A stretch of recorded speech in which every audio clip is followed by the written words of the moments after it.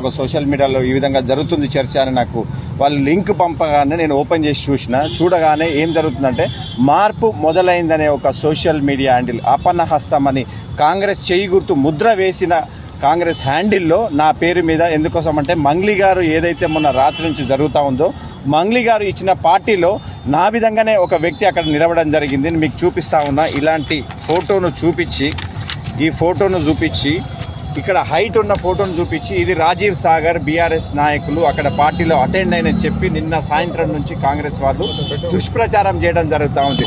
నేను అది చూడగానే ఇమ్మీడియట్గా సాయంత్రం సైబర్ క్రైమ్ ఆఫీస్కి రావడం జరిగింది.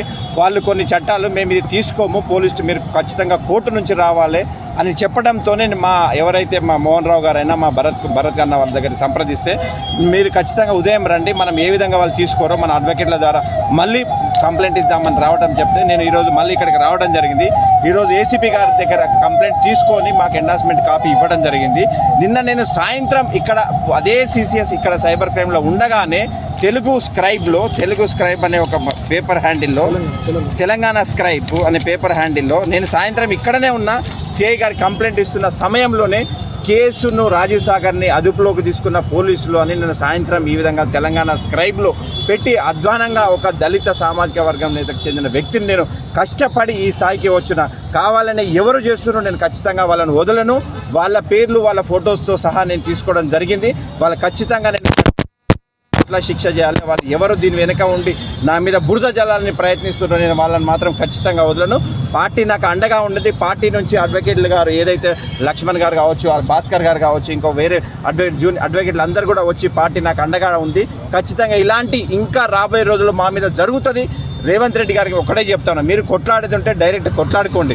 మమ్మల్ని భయపెట్టించి వీళ్ళని ఆపదలుచుకుంటే మాత్రం అంతకంతకు మేము ఉన్నది ఉద్యమ స్థాయి నుంచి వచ్చిన నాయకులం. ఖచ్చితంగా ఇంకా రివెంజ్ తీసుకుంటాం తప్ప, ఖచ్చితంగా కొట్లాడతాం తప్ప.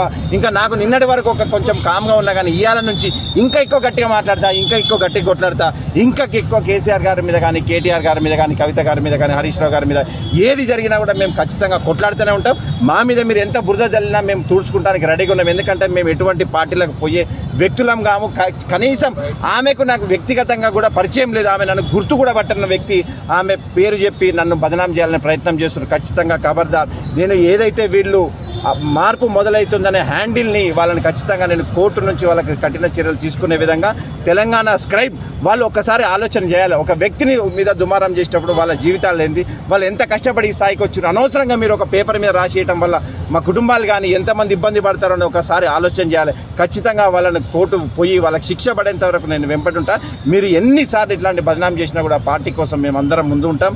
నా కోసం ఇది జరిగిన కానించి నిన్న సాయంత్రం నుంచి నాకు వచ్చినటువంటి మిత్రులు పల్లె రవికుమార్ కావచ్చు, రామచంద్ర నాయక్ కావచ్చు, అన్న సాల్మన్ గారు కావచ్చు, ప్రశాంత్ గారు, విక్రాంత్ రెడ్డి, ఇంకా ఉన్నటువంటి మిత్రులందరూ నర్సన్న, ఉపేందర్ రావు, వీళ్ళందరూ కూడా నాతో పాటు ఇక్కడికి వచ్చి నాతో పాటు ఉండి నాకు ధైర్యం చెప్పి ఖచ్చితంగా కొట్లాడదామని ఇచ్చిన మిత్రులందరికీ, అదేవిధంగా పార్టీ సీనియర్ నాయకులందరూ కూడా పార్టీకి అండగా ఉంటున్నందుకు అందరూ కూడా మరొకసారి కృతజ్ఞతలు తెలియజేస్తూ ఇది చివరి వరకు నేను కొట్లాడతా. ఏది ఎంతవరకు వీళ్ళను నాకు వాళ్ళ ఫొటోస్ సహా నేను సంపాదించినా వాళ్ళు ఖచ్చితంగా పోలీసు వారికి ఏ విధమైన ఇన్ఫర్మేషన్ కావాలన్నా అవన్నీ ఇస్తూ ఉన్నాం.